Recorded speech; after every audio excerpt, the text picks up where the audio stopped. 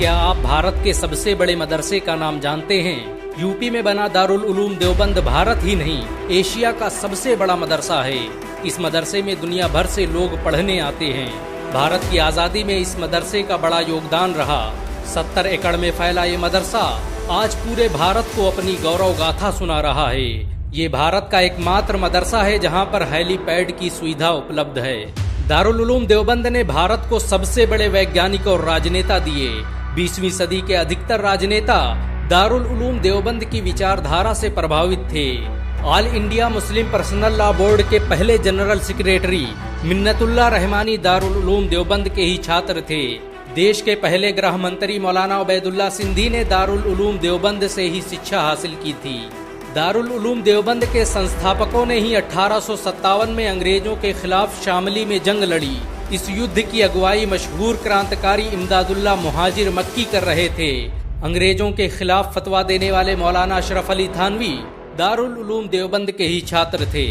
दारुल उलूम देवबंद की स्थापना मौलाना कासिम नानोतवी ने 30 मई 1866 को देवबंद में की थी।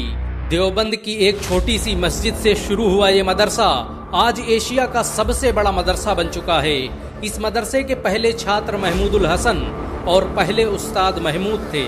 दारुल उलूम देवबंद भारत का पहला मदरसा है जिसने डिग्री देने की परंपरा की शुरुआत की। 1875 में एक सम्मेलन में छात्रों को सबसे पहले डिग्रियां दी गईं, जिसके बाद ये परंपरा पूरे भारत में फैल गई। सन 1875 में ही इस मदरसे की पहली बिल्डिंग की बुनियाद रखी गई। दारुल उलूम देवबंद आज भारत ही नहीं एशिया का सबसे बड़ा मदरसा है। इस मदरसे ने उस वक्त हजारों मुफस्सिर, मुहद्दिस, मुफ्ती और आलिम पैदा किए जिस वक्त भारत में मुसलमानों को चुन चुन कर मारा जा रहा था।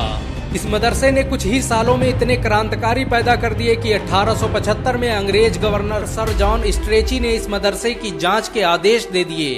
अंग्रेजों को डर था कि कहीं इस मदरसे की वजह से उनकी सल्तनत खतरे में न पड़ जाए।